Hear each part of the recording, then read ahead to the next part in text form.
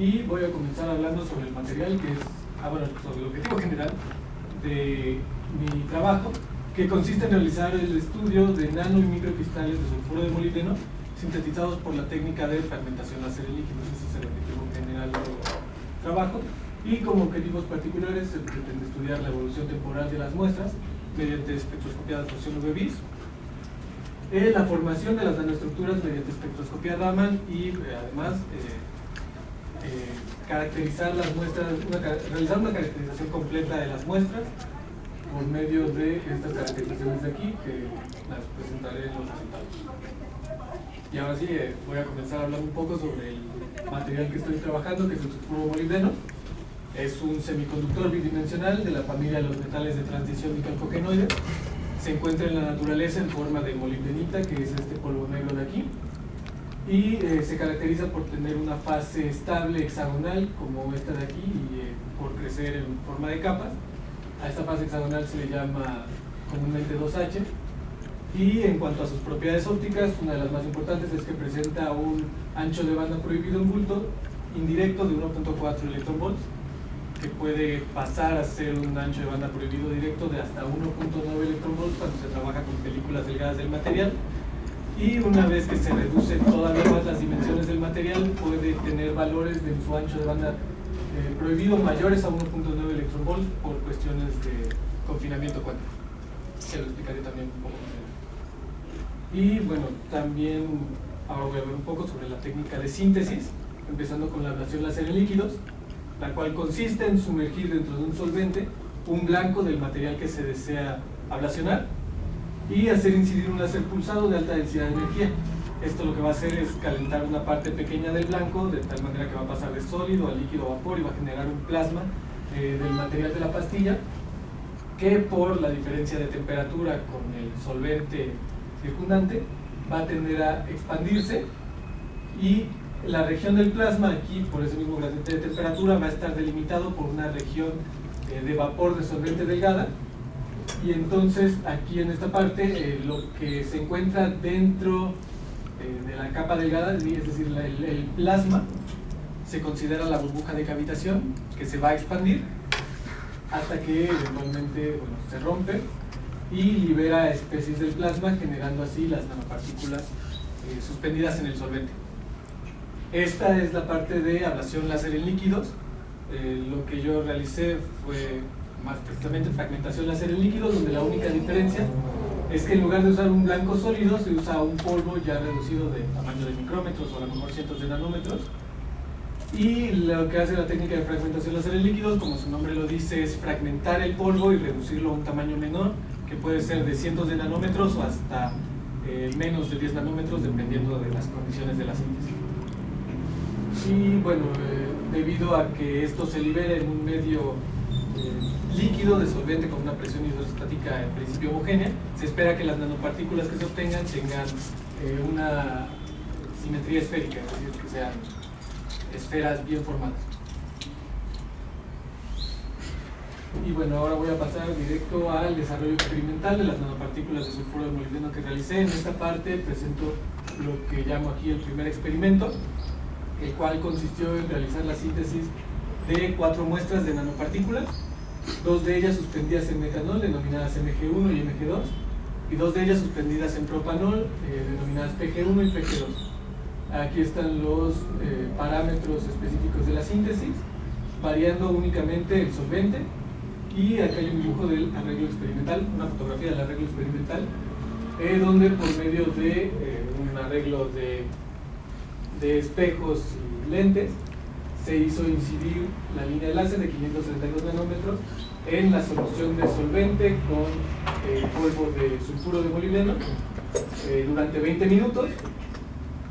Y durante esos 20 minutos esta solución fue agitada para que se pudiera fragmentar la mayor cantidad de polvo posible y no solo una parte de esto. Este es el arreglo experimental y bueno, en principio las muestras MG1 y MG2 fueron sintetizadas bajo las mismas condiciones, y lo mismo para las muestras PG1 y PG2, por lo que en principio no debe de haber diferencia entre estas muestras. Y es por eso que aquí, en la evolución temporal que muestro, solamente muestro para una muestra en metanol y una muestra en propanol, porque bueno, para la otra la evolución temporal resultó ser la misma.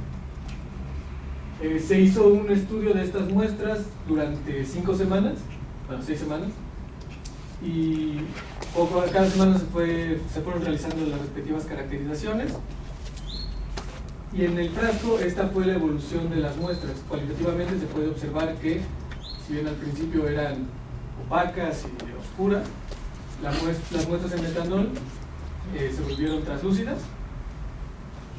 y dejaban pasar más luz, mientras que la muestra en propanol, aquí no se nota, se volvió un poco más translúcida, pero mucho menos comparado con la muestra en metanol. Bueno, y aquí un pequeño paréntesis para aclarar: en las siguientes caracterizaciones de los resultados que voy a mostrar, pues se varió un poco la forma en la que se midieron por las condiciones experimentales de las caracterizaciones. Entonces, nada más por aclaración, aquí para VB se tomó directamente los frascos de alrededor de 1 o 2 mililitros de solución y se midió directo en el espectrofotómetro. Como para las mediciones de TEM están las rejillas de cobre, y para el resto de las caracterizaciones lo que se hizo fue evaporar 2 mililitros de la solución sobre pedazos de vidrio y o silicio, dependiendo de la técnica. Y aquí se colocaron, durante la evaporación se colocaron en una plancha de calentamiento para evaporar el solvente, de manera que solamente quedaran las nanopartículas suspendidas sobre los sustratos. Y bueno, ahora voy a pasar a la parte de las caracterizaciones de estas nanopartículas del primer crecimiento, empezando con la muestra MG2, que es en propanol, en metanol. Esta se midió en la semana 0 y en la semana 4. Aquí están unas imágenes de cómo se ve la distribución de nanopartículas, y se puede ver que, de la semana 0 a la semana 4 disminuye la densidad de nanopartículas. Y haciendo aquí un conteo y un histograma, se obtuvo para la semana 0 un tamaño promedio de 10.1 nanómetros, con una distribución muy amplia, que para la semana 4 se volvió mucho más estrecha y con un tamaño promedio de nanopartícula de 4.16 nanómetros. Además, para esta misma muestra se tienen imágenes en alta resolución para una sola nanopartícula. Esta es en la semana 0, donde se observa que parece ser que las nanopartículas tienen aquí una capa como de pasivación, que puede ser debida al solvente. Sin embargo, en esta se ve que es más de una, entonces también puede deberse a la naturaleza del material de crecer en capas, y se puede tener aquí que son varias capas de sulfuro de molibdeno. Aquí, en la imagen no se aprecia que tenga una estructura, se ven como nanopartículas amorfas. Sin embargo, por la difracción de electrones se puede alcanzar a ver uno de los planos correspondientes a la fase hexagonal del sulfuro de molibdeno para la semana 0, mientras que para la semana 4 lo que se observó fue que las nanopartículas nuevamente aquí en el centro no tienen mucha estructura, parecen amorfas, pero en los bordes, a lo mejor se ve un poco más claro en esta, presentan los planos de las distancias interatómicas del material, y eso se ha reportado en la literatura como una posible formación de estructuras tipo fullereno inorgánico, y los planos obtenidos coinciden con lo esperado para el sulfuro de molibdeno. Esto para la muestra en metanol. Para la muestra en propanol, nuevamente se observa una disminución en la densidad de nanopartículas, y aquí no cambia mucho el tamaño promedio entre la semana 0 y la semana 4, pero sí se puede observar que la distribución de tamaños es más angosta. Y en esta parte sí, para las imágenes de alta resolución se pueden ver nanopartículas con planos cristalinos definidos que coinciden con lo esperado para sulfuro de molibdeno en su fase hexagonal 2H, y está aquí, también se puede observar en los patrones de difracción de electrones. Posteriormente, para hacer la comparación, se tomaron también mediciones de SEM, donde estas, en lugar de ser las rejillas en una solución, son los 2 mililitros suspendidos, evaporados sobre el vidrio.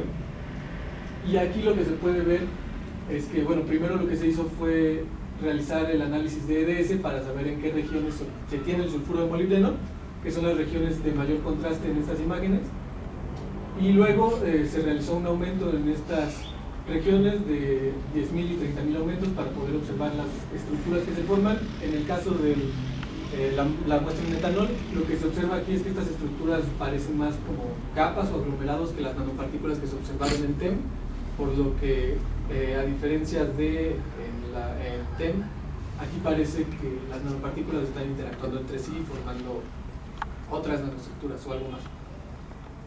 Mientras que para la muestra en propanol, en esta región de sulfuro de molibdeno, aquí se puede observar que estas nanopartículas sí mantienen un poco más esta simetría esférica, están igual distribuidas en puntos muy específicos de alta intensidad en las imágenes y son ligeramente mayores. En este de 30.000 aumentos, esta línea es de 100 nanómetros, entonces pues, sigue habiendo una aglomeración de las nanopartículas en este caso. Posteriormente se realizó el XPS en las muestras igual MG2 en la semana 0 y en la semana 3. Los espectros aquí con verde indican la señal correspondiente a las energías de enlace que se asocian con la formación de sulfuro de molibdeno, y las que están en naranja se asocian a energías de enlace de otros compuestos, en particular posibles óxidos de molibdeno o, en el caso de la región S2P, formación de otras especies de sulfatos. Lo que se puede observar en la muestra de metanol es que sí hay señal de sulfuro de molibdeno, pero es muy baja con respecto a la señal de los óxidos para la semana 0 y todavía menor en la semana 3, pero bueno, se puede decir que todavía hay algo porque se alcanza a ver aquí la señal en la región S2P. Mientras que para la muestra en propanol se observa una mayor señal de sulfuro de molibdeno y que parece ser que se mantiene desde la semana 0 hasta la semana 3, pero también hay todavía señal asociada a la formación de posibles óxidos de molibdeno. También se realizó la difracción de rayos X, semana 0 y semana 3 para ambas muestras. Para la muestra en metanol se puede ver en la semana 0 un pico correspondiente al plano 004 de la fase hexagonal del sulfuro de molibdeno y un pico asociado al azufre elemental. Y para la semana 3 solamente se observan estos dos picos asociados a azufre elemental. Mientras que para la muestra en propanol se observan varios picos asociados a la fase hexagonal del sulfuro de molibdeno, más este de aquí, que señalo con una O, que corresponde a una posible formación de óxido de molibdeno. En particular, este pico está asociado en una carta cristalográfica con la formación de trióxido de molibdeno. Y para la semana 3, la señal parece que simplemente disminuye, pero sigue habiendo algunos de los mismos picos asociados con sulfuros y óxidos de molibdeno. Para la parte de UV-Vis, se realizó aquí el seguimiento cada semana, se realizó la medición de las nanopartículas, y esta es la evolución temporal para las muestras MG1 y MG2, y aquí está la evolución temporal para las muestras PG1 y PG2. Además, bueno, se comparó aquí cuando se tiene la mayor, o una buena definición del espectro de transmitancia de las muestras, sí, desde las 4 muestras, y se comparó cada una con su respectivo solvente para poder observar que la señal o las absorciones son debidas a las nanopartículas y no debidas al solvente. Y bueno, de estos espectros en metanol, lo que se hizo es que, como se tiene una región de canto de absorción bien definida, se puede calcular la primera derivada para dar un estimado de un valor del ancho de banda prohibido de las nanopartículas, que en este caso para las muestras MG1 y MG2 corresponde a un valor de alrededor de 3.8 para ambas muestras. Para las muestras en metanol, como no está muy bien definida aquí todavía la región del canto de absorción, no se pudo realizar ese cálculo, entonces no hay un estimado de estas muestras para su ancho de banda prohibido. Y aquí, bueno, es un pequeño paréntesis con la parte del confinamiento cuántico, porque lo que se puede hacer en el caso de las nanopartículas es aplicar lo que se conoce como el modelo de Bruce, que consiste en suponer que los electrones de las nanopartículas están confinados en un pozo de potencial esférico, y se resuelve la ecuación de Schrödinger con esos parámetros, y eso nos da una energía dada por esta fórmula de aquí, que correspondería al ancho de banda de las nanopartículas dado por el ancho de banda directo del material, en este caso sería de 1.9, más este parámetro de aquí que sale de la ecuación de Schrödinger, que depende del radio al cuadrado, es decir, del tamaño de las nanopartículas. Bueno, en esta referencia están los parámetros para el sulfuro de molibdeno y se obtiene esta ecuación de aquí. Entonces, conociendo o estimando con este valor de ancho de banda prohibido que correspondería al eje total, se puede despejar la R y dar un aproximado para el posible tamaño del radio de las nanopartículas, que en este caso, si consideramos este valor de 3.8, nos da un posible tamaño de alrededor de 2.4 nanómetros para las nanopartículas obtenidas. Posteriormente se hizo también la fotoluminiscencia, se observó fotoluminiscencia en las muestras a temperatura ambiente usando una línea de excitación UV, y se obtuvieron para la muestra MG2 estos espectros en la semana 0 y en la semana 3, y para la muestra PG2 semana 0 y semana 3. Y lo que se observa de manera general, aunque variando las intensidades, son bandas en alrededor de 2.25, 2.75 y 3.25 electronvolts, que en la literatura para nanopartículas de sulfuro de molibdeno se suelen asociar igual con el modelo de Bruce, a distintos tamaños de nanopartícula, que si se considera así en este caso correspondería a tamaños de alrededor de 5.2, 3.4 y 2.8 nanómetros. Pero bueno, aquí se necesita, eso no es del todo seguro todavía, se necesitan realizar más estudios porque también puede ser debido a posibles emisiones de óxidos u otros compuestos que pueden estar presentes en las muestras o niveles de defecto del mismo material. Y finalmente se les hizo a todas las muestras espectroscopía Raman. Lo primero que se hizo para poder comparar es medir el espectro Raman del bulto, es decir, del polvo que se ablacionó, y lo que se obtuvo fue este espectro de aquí. Aquí están marcados todos los picos Raman que aparecen y el modo vibracional que están asociados, y lo importante en esta parte son estos dos picos resultados, el E12G y el A1G, que tienen estas posiciones. En este artículo lo que mencionan es que se puede asociar a la formación de diferentes nanoestructuras de sulfuro de molibdeno un cierto corrimiento al azul, es decir, a menor número de onda, en estos dos picos principales, donde, bueno, este artículo menciona que un corrimiento menor a 2 centímetros a la menos 1 correspondería a una formación muy cercana al bulto, que podrían ser nanocapas. Un corrimiento de entre 2 y 6 centímetros a la menos 1 puede corresponder a nanopartículas, y un corrimiento mayor a 6 centímetros a la menos 1 puede corresponder a puntos cuánticos. Entonces, lo que se hizo con las muestras fue realizar cada semana mediciones Raman sobre las muestras evaporadas tanto en vidrio y en silicio, y durante las 5 o 6 semanas que se estuvo trabajando, estos fueron los espectros obtenidos. Para las muestras MG1 y MG2 son espectros representativos. Aquí haciendo un zoom en el área de estos dos picos que son los importantes, se puede ver que hay corrimientos. Esta es la posición de los picos correspondientes al bulto, que en este caso se pueden asociar con nanocapas, y aquí se pueden observar los corrimientos en los picos correspondientes a posibles nanopartículas o puntos cuánticos para las muestras en metanol. Para las muestras en propanol solamente se encontraron espectros que se pueden asociar a nanocapas y nanopartículas. Y bueno, como conclusiones de este primer experimento, primero que nada se logró sintetizar nanopartículas de sulfuro de molibdeno por el método de fragmentación láser en líquidos, variando los solventes, de tal manera que se obtuvieron nanopartículas que tienen propiedades ópticas diferentes a las del bulto, como es la emisión de fotoluminiscencia a temperatura ambiente o propiedades de confinamiento cuántico.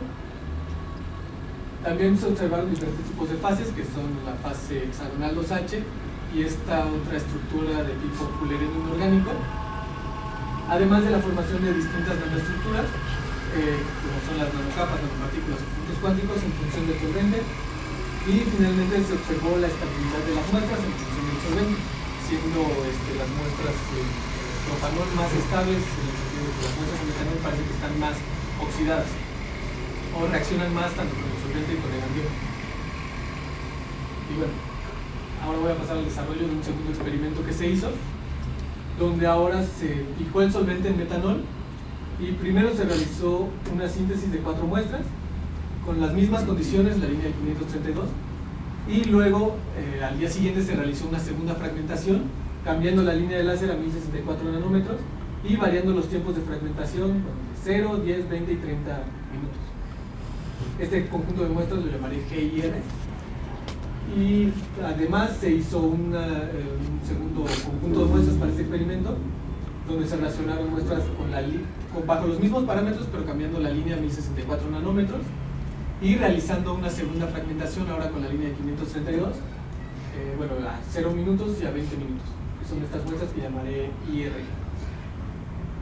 Y se realizaron las mismas caracterizaciones, empezando con la microscopía de barrido, donde lo que se observa nuevamente se buscaron las regiones de sulfuro de molibdeno, que siguen siendo las de mayor intensidad de las imágenes, y lo que se observaron fueron las nanopartículas de diferentes tamaños, alrededor, bueno, variando en los cientos de nanómetros. Nuevamente se pueden alcanzar a ver en todas las muestras. Estas son la G0 y GIR10, GIR20 y GIR30, donde todas se observan estos puntos de nanopartículas de sulfuro de molibdeno. Y lo mismo para las muestras IR0 y IR20. Ahí se observa el nanopartículas. Se realizó también el estudio de XPS, donde para la muestra G0, que correspondería a una síntesis idéntica a las del primer experimento de metanol, se observó el mismo comportamiento para esta medición en la semana 3 con respecto a la anterior, donde sí hay señal de sulfuro de molibdeno, pero es muy poca y solamente se observa en la región S2P, ya que en esta región de M3D se ve opacada por la señal asociada a óxidos de molibdeno. Y para las siguientes muestras de 10, 20 y 30 minutos se puede ver un ligero aumento en la señal asociada al sulfuro de molibdeno, pero sigue siendo mucho mayor la señal asociada a los óxidos. Se hizo nuevamente el seguimiento durante 4 semanas en VBIS, donde se puede observar que el comportamiento es muy parecido, y se realizó también nuevamente el cálculo de la primera derivada para estimar un valor de ancho de banda prohibido para las muestras, obteniendo estos valores de aquí. Para la muestra G0, que nuevamente es idéntica a las anteriores en metanol, se calculó un ancho de banda de alrededor de 3.8. Para las muestras en 10 y 20 aumentó ligeramente a 3.81 y 3.86, y para la muestra de 30 minutos bajó nuevamente alrededor de 3.8. Mientras que para las muestras con infrarrojo y IRG se obtuvieron valores del ancho de banda prohibido de alrededor de 3.7 de electrovolts. Se midió nuevamente la fotoluminiscencia de todas las muestras en la semana 3 y se observaron emisiones muy parecidas. Esta vez las bandas se centraron en alrededor de 2.3, 2.8 y 3.2 electronvolts, que podría corresponder por medio del modelo de Bruce a tamaños de nanopartícula de 5.15, 3.43 y 2.85 nanómetros, pero nuevamente no se descarta la posible formación de defectos u otros compuestos que estén emitiendo también fotoluminiscencia. Y finalmente, para la parte de Raman se realizó el mismo estudio durante las 4 semanas, y para las muestras G0, GIR10 se observaron nuevamente espectros asociados a los 3 tipos de nanoestructuras. Para las muestras con 20 y 30 minutos se observaron espectros únicamente de nanocapa y de nanopartícula. Y para las muestras de IRG, la muestra IR0 presentó únicamente espectros de nanocapa, y para la muestra IRG20 no se hallaron espectros Raman de ningún tipo asociados al sulfuro de molibdeno. Finalmente, como conclusiones de este trabajo, se lograron sintetizar las nanopartículas de sulfuro de molibdeno, variando tanto el solvente como la realización de una segunda fragmentación, variando la línea de láser. Las nanopartículas sintetizadas poseen diferentes propiedades ópticas que se pueden observar en estas caracterizaciones, y diferentes propiedades estructurales que se pueden observar por difracción de rayos X y Y, en función tanto del solvente como de esta segunda fragmentación que se realizó. Y se observó también la formación de más compuestos debido a la interacción de las nanopartículas, tanto puede ser con otras nanopartículas o con el solvente o con el propio ambiente, mezclándose con el oxígeno. Y como trabajo futuro, se propone aquí primero realizar la síntesis de la misma manera con 2 líneas de láser, utilizando ahora el propanol para tener un conjunto completo de muestras. Realizar síntesis de doble fragmentación variando los parámetros de la línea de láser, que pueden ser, bueno, que los que estén disponibles serían de 355, 532 y 1064 en distintos órdenes, y ver cómo afecta, cuál es el más efectivo para la producción de nanopartículas de sulfuro de molibdeno. Y finalmente, sintetizar muestras con solventes que no contengan oxígeno, ya que se ha reportado que eso genera nanopartículas con una estabilidad diferente a las que tengo aquí yo con metanol y propanol, que son, bueno, contienen oxígeno. Aquí hay unas referencias que utilicé para el trabajo y eso sería todo. Entonces pasamos a la sesión de preguntas y respuestas. ¿Preguntas, compañeros y compañeras? Gracias por tu presentación, compañero. Tengo una pregunta. En el tema de las caracterizaciones, en algunas utilizas minutos, no creo que sí, minutos, en otras utilizas, me parece que 3 semanas y luego 5 semanas y en otras 4 semanas. ¿Eso cómo lo determinas? ¿Y por qué en unas son 3 semanas y en otras 4, por ejemplo? Sí, ese es un detalle que se tuvo al momento de realizar la síntesis, porque no se sabía exactamente en qué semana se iban a obtener o iba a haber un cambio. Por eso también en las que se pudieran como Raman o VBIS fue cada semana, pero otras como TEM pues no todas las muestras todos los meses. De hecho creo que me parece la que mencionas es TEM, que estas son en la semana 4, porque si no iba a estar evaporando todas las semanas para la medición. Y bueno, se evaporaron cada 2 semanas, entonces ahí se brincó la semana 3, pero la semana 3 fue la que se tomó de referencia, porque Fundes también tiene que ver un poco con esta parte de XPS, que de nuevo yo no realicé las mediciones, se mandaron al Centro de Nanociencias, y fue cuando me pudieron recibir las muestras que coincidían con estas de la semana 3, para tener un comparativo con respecto a la semana 0, que es así está en todas. Entonces ahí hubo, sí, ese pequeño espacio únicamente con TEM, pero lo que se puede observar, o de la manera en que se justifica, es que en estas imágenes en realidad no cambia mucho cómo se comportan las nanopartículas con lo que se observa en TEM, únicamente disminuye la concentración, y eso también tiene sentido, por ejemplo, para ambas, sobre todo para la de metanol se nota más, pues como ya deja pasar más, no solamente las nanopartículas de menor tamaño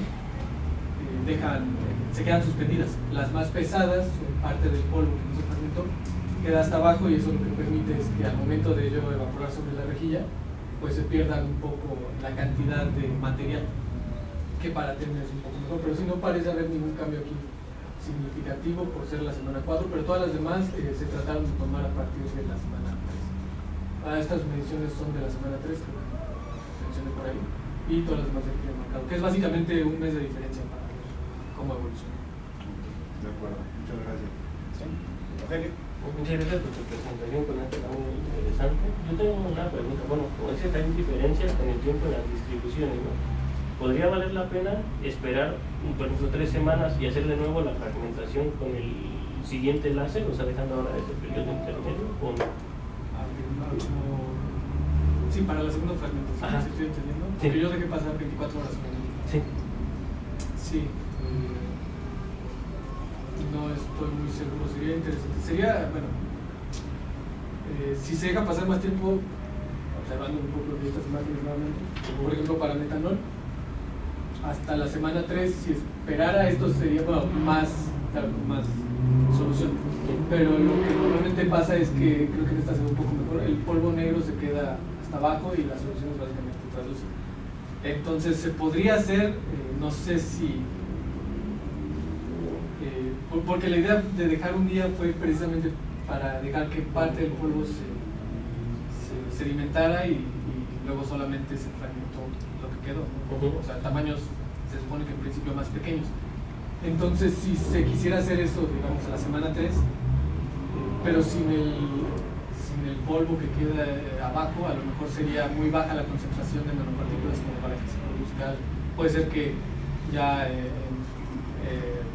de manera, o sea, sería tan baja la concentración que pues sería casi como solamente irradiar el solvente. Muchas gracias. Leslie, por favor. Hola, Fabián, gracias por tu presentación. Estuvo muy interesante. Tengo una duda. En Raman había un pico que decía que se podía asociar como al tamaño de nanopartículas, algo así. si no estoy confundida. Y antes también se nos... Pero, o sea, antes me diste porque hay una distribución de un tamaño que creo que son 10.1 nanómetros. ¿Eso es la mención que hiciste a tus nanopartículas o no se midió como que el tamaño y solamente de acuerdo a lo que se vio en Raman? Y bueno, también es como preguntar si ustedes esperaban un tamaño en específico de estas nanopartículas y o cuál podría ser más conveniente para ustedes. Bueno, en cuanto al tamaño, si esperábamos algo, no estaba muy seguro todavía de qué esperar porque el trabajo que he realizado no habían podido medir con TEM qué tamaño tenía. Entonces eso fue como un primer acercamiento, ver esa parte de TEM, que se tienen tamaños menores a 10 nanómetros. Lo que sí es que usualmente por la técnica de fragmentación láser en líquido sí se reporta que se llegan a obtener tamaños menores a 10 nanómetros de hasta 2, tamaños promedio de 2 nanómetros. Pero sí, no era algo como que se esperara. Entonces, más bien ahorita era primero ver qué salía y luego ver qué se puede modificar para pues ver cómo cambia también esa parte del tamaño. Y ¿me puedes repetir la otra pregunta? Bueno, que sí, con lo que le salió en Raman, que un pico que le asociaban a creo ciertos tamaños, o sea, como que con cuál se quedan o cuál descartan. Sí, bueno, en esta parte de Raman a lo que se asocia el corrimiento en estos picos es a la formación de nanoestructuras, que pueden ser puntos cuánticos, que son las más pequeñas, o nanopartículas que pueden medir cientos de nanómetros, o nanocapas que también pueden ser del orden de nanómetros, pero tienen una distribución diferente, ¿no? Y eso se observa en Raman una vez que están depositadas sobre vidrio o silicio, que son estas imágenes de aquí, no sé si se ven muy bien, pero son... digamos aquí en el bulto, lo que correspondería a las zonas más brillantes es lo que es el material. Entonces aquí pues lo que se ve es el fondo en la mayoría, hay un puntito ahí muy ligado en el centro que es como lo que una vez evaporadas las nanopartículas sobre el sustrato, ahí se aglomeraron las muestras, que ya es un proceso diferente a los cálculos realizados con TEM, porque los de TEM fueron directamente sobre la rejilla y es mucho menos material. Entonces de lo que se obtuvo básicamente es que el tamaño promedio de las nanopartículas en la solución es lo que determina TEM, y una vez evaporadas para realizar estas caracterizaciones pues ya no son de ese tamaño porque van a interactuar tanto con el solvente como entre ellas mismas para posiblemente aglomerarse y poder medirlas en Raman, porque esto es del microscopio, esto es del orden de micrómetros, ¿no? Si siguieran siendo de decenas o si no se aglomeraran no las podría ver. Bueno, y otra pregunta es, ¿cuál es tu aplicación para qué pueden ser aplicadas estas nanopartículas de sulfuro de molibdeno?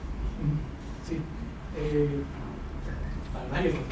Lo principal por ser semiconductor, lo primero que mencionan es que se puede usar como dispositivos LEDs y transistores. Y en parte eso es lo que justifica la fotoluminiscencia que emita, porque también he visto que se llega a utilizar como biomarcadores por sus propiedades de fotoluminiscencia. Entre otras aplicaciones también he visto, no sé qué tanto tiene que ver ya con las propiedades ópticas, pero como lubricante sólido en aplicaciones espaciales y sobre todo últimamente he visto mucho como catalizador en reacciones de hidrógeno. Eso es lo que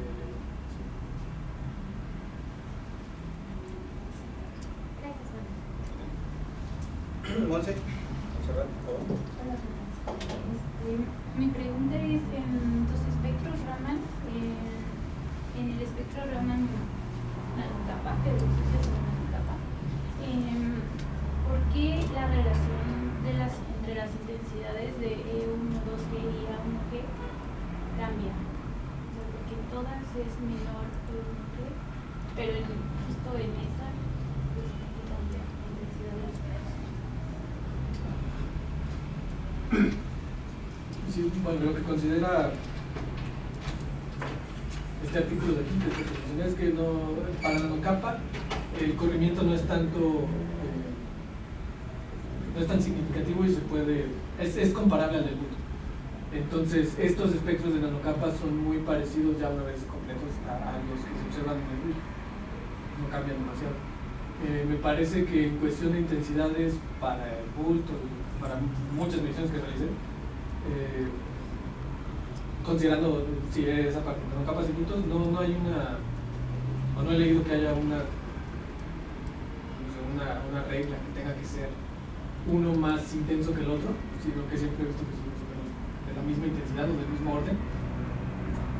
Lo que tengo entendido es que sí cambia cuando se empiezan a disminuir los tamaños del material, y ahí sí, bueno, por eso se observa en estos aspectos. En estos sí me parece que debe ser mayor el A1G, porque pues precisamente se reduce el tamaño, y creo que no lo mencioné tampoco, pero el E1,2G se asocia a vibraciones dentro del plano del material bidimensional, y el A1G se asocia a vibraciones fuera del plano.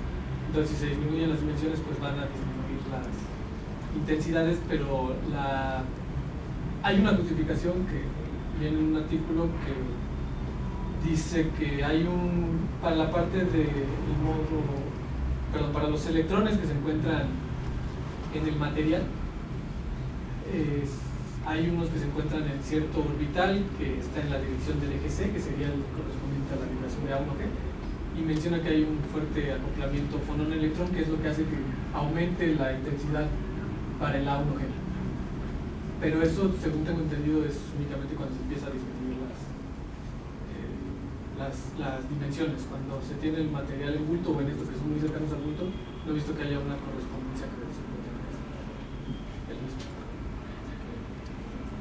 Adán, por favor. Gracias, Juan, por tu presentación. Yo tengo una pregunta respecto a tu medición de UV-Vis. Mencionaste que para hacer la medición recolectaste unos mililitros de partículas con solvente. ¿Ahí esa parte influye un poco el solvente? ¿Tiene alguna aportación en tu resultado? Sí, no debería. Por eso, bueno, para hacer la medición de UV-Vis, primero lo que se hace es restar la línea base, que sería hacer una medición únicamente con el solvente, y ya después realizar estas mediciones, que en un principio pues eso indicaría que le está restando la contribución del solvente y solamente se miran las nanopartículas.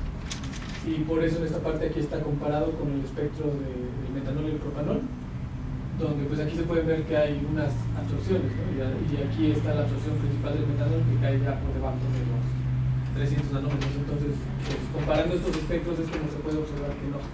En principio, los espectros que yo obtuve para las nanopartículas no tienen nada que ver con el espectro de los solventes, o no está influyendo ahí. ¿Y no hay manera de como que puedas aislar las nanopartículas y medir solamente las nanopartículas, o es mejor hacerlo de esta manera? Me parece que no creo que haya, porque la otra manera que he visto que se mira UV-Vis es depositando sobre un sustrato y midiendo el sustrato, pero es lo mismo, porque tiene que estar pegado a algo, entonces tendría que restar la contribución del sustrato. Gracias. ¿Más preguntas, compañeros, compañeras? ¿Qué tal, compañero? Muchas gracias por tu presentación. En este caso tengo una pregunta para cuando tú dejas de pasar, tú manejas tus muestras por semana para que se depositen. En este caso, ¿no has pensado en usar una centrífuga para que haya ese asentamiento Sí, se ha propuesto, pero no se ha podido hacer, pero sí es algo que también está considerado como una posible variable para futuros experimentos. Y mi última pregunta, para tu conteo de diámetro de las nanopartículas, ¿cuánto es lo que mide el tamaño donde es? ¿Cómo realizas tu conteo de diámetro de nanopartículas? Sí, bueno, estas imágenes son representativas, pero tengo alrededor de 5 o 6 imágenes en zonas diferentes para cada muestra y cada semana. Y lo que se hace es poner cada una de esas imágenes en un software, es ImageHunter. Y ahí hay una herramienta, bueno, primero lo que se hace es cambiar un poco, ponerle unos cuantos filtros para que resalten bien las nanopartículas y se observe, porque quitan algo encima de las, entonces a lo mejor esta parte no se observa muy claro para eso. Se le ponen unos filtros y ya luego pues yo manualmente aproximo el diámetro, lo va contando en una lista y de ahí es como se saca la distribución de tamaños. Gracias. ¿Sí está? ¿Más preguntas, compañeros? Yo nada más estaba interesado en la aproximación de Bruce, tenía curiosidad de bajo qué condiciones se aproxima mejor la aproximación, cuáles son las... o sea, qué consideraciones tienes que hacer y qué tan bueno es la aproximación al tamaño de los monstruos. Sí. La primera, que creo que es la más fundamental, es esta parte de que es un pozo de potencial esférico. Está confinado como si fuera tal cual el pozo cuántico, pero esférico. Y para que eso se cumpla, me parece que tiene que cumplirse un cierto tamaño máximo para las nanopartículas, que sería el radio del excitón de Bohr, que es para que de verdad los electrones se encuentren confinados. Para el caso, aquí no lo menciono, pero para el caso del sulfuro de molibdeno, la bibliografía dice que el radio del excitón de Bohr es de 23 nanómetros. Entonces, una justificación para usar el modelo de Bruce como una buena aproximación en este caso es considerando los histogramas de TEM, los tamaños están por debajo, en promedio por debajo del tamaño del radio del excitón de Bohr de 23 nanómetros, y por lo tanto se puede usar esta aproximación. Bueno, más que son de menores, ya puedes pero sigue siendo una aproximación, porque así solamente se considera que el potencial del sistema de la ecuación de Schrödinger es el pozo de potencial esférico, y puede haber más interacciones, más cosas. Sí. Gracias. Sí, gracias. ¿Hay preguntas? ¿Dudas? ¿Comentarios? ¿No? Cuarto para las 12. Si nadie va a preguntar, entonces. Sí. Si nadie más pregunta, oye, sí, iba a hacer esa aclaración, ya se la respondiste a Andrés. En el Raman, y eso tú lo debes saber muy bien,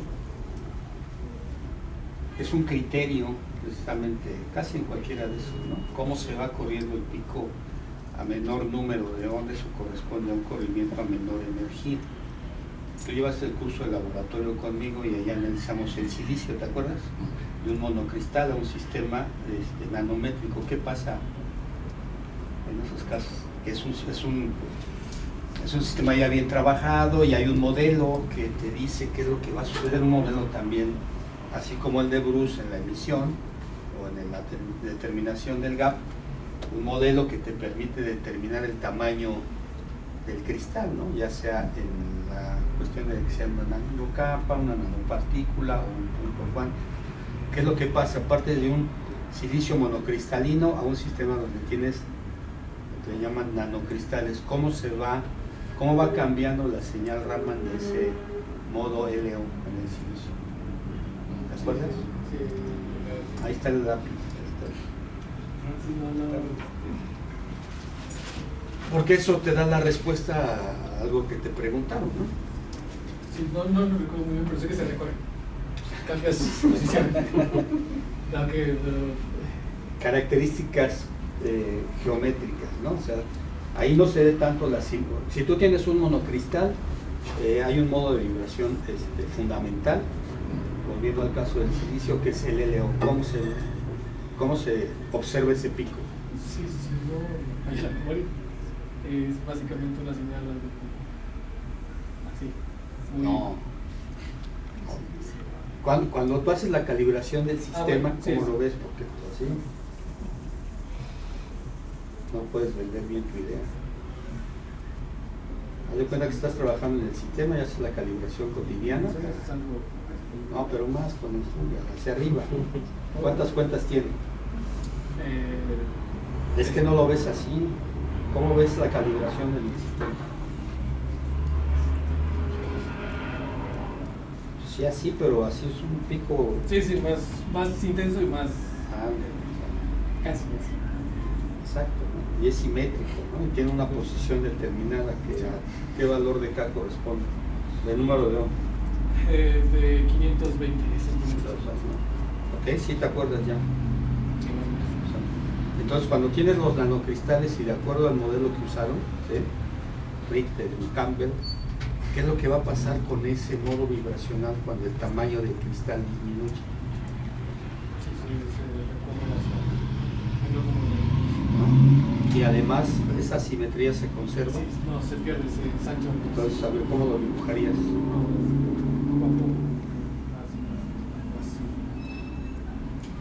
términos generales es eso, ¿no? Sí. ¿Y qué estás observando tú en tus espectros Raman de tu sistema? Sí, algo, bueno, parecido, se recorre y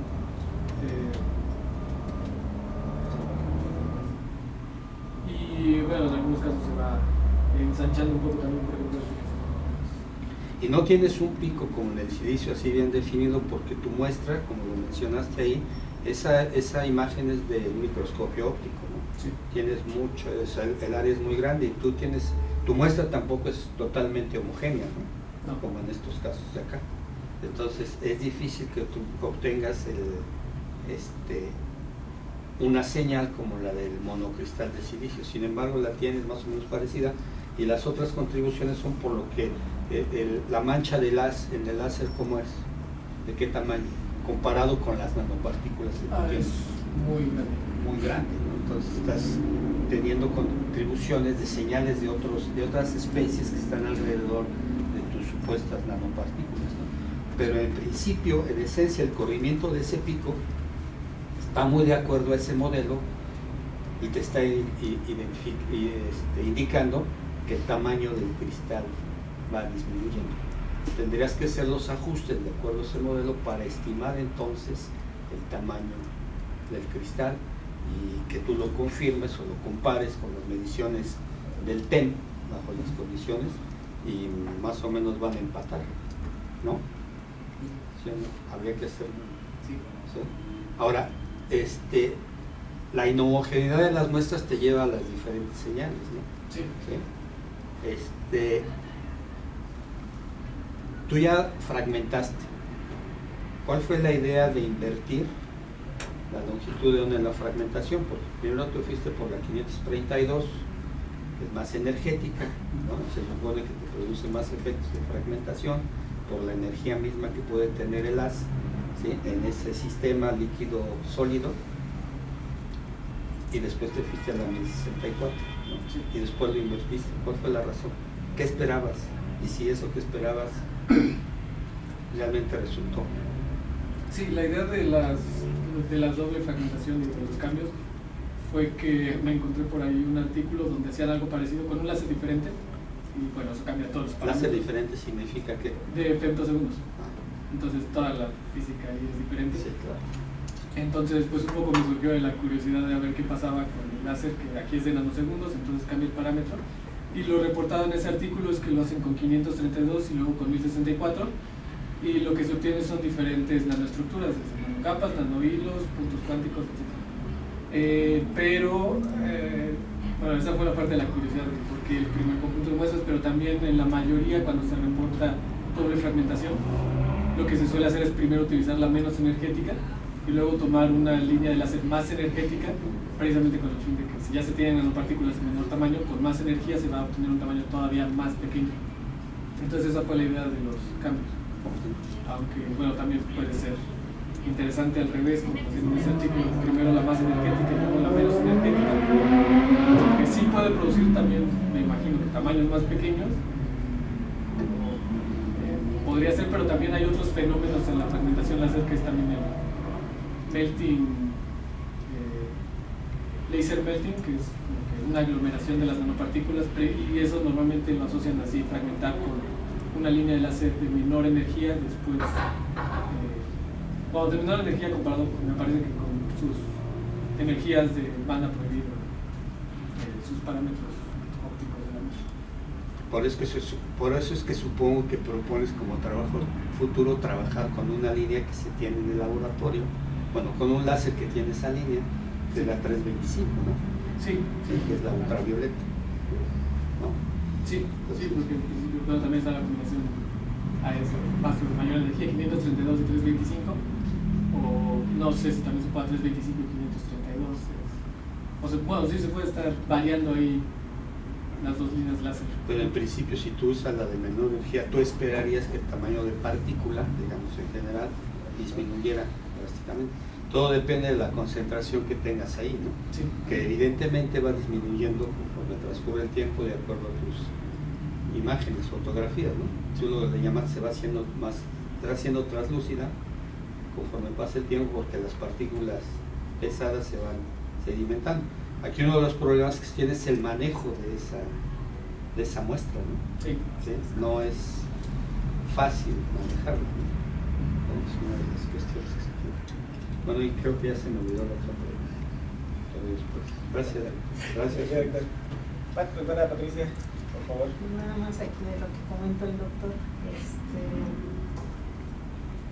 Hablas que lo usual en fragmentación sería empezar con la línea menos energética y después pasar a la más energética, pero así es siempre. O sea, por ejemplo, si yo tengo un material como sulfuro de cadmio, que es 2,7, 245, que es 2,4, entonces lo ideal sería empezar con 1064 y luego con 532. No, para fragmentación me parece que no. Eso es un poco lo que medio... No lo comenté bien, pero también depende justamente de los parámetros del ancho de banda del material al momento de realizar la fragmentación, porque tiene que ser mayor, bueno, la energía del láser tiene que ser mayor a la del ancho de banda del material para que se produzca la fragmentación. Si no, es por lo que pasan otros fenómenos como la aglomeración, o nada más se cambia la morfología de la muestra, pero sí, para fragmentar primero se supone que lo ideal es que sea una energía mayor a la del ancho de banda producido. Y por ejemplo, así como estás haciendo estas combinaciones, ¿tendría sentido que empieces con 532 y hagas una segunda fragmentación con 532? No. Es que dijiste 532, 532. Por eso, sí, 2 veces la La misma. misma. Sí, la misma energía. Tal vez, de nuevo, es que sería de nuevo considerando que la parte del sedimento, una vez pasadas las 24 horas, se remueve, no se vuelve a fragmentar. Entonces a lo mejor sí valdría la pena, porque ya las nanopartículas obtenidas ya no tienen, y quitando la señal de las más grandes, las nanopartículas que se obtienen ya tienen un ancho de banda más pequeño, entonces puede ser que sí cambien ahí las propiedades. Ahí sí, no estoy seguro, es la idea que se escucha. Ok, bueno, pues ahorita considerándolo, creo que es importante que menciones cuáles son los parámetros importantes en la síntesis, ¿no? Porque uno de los parámetros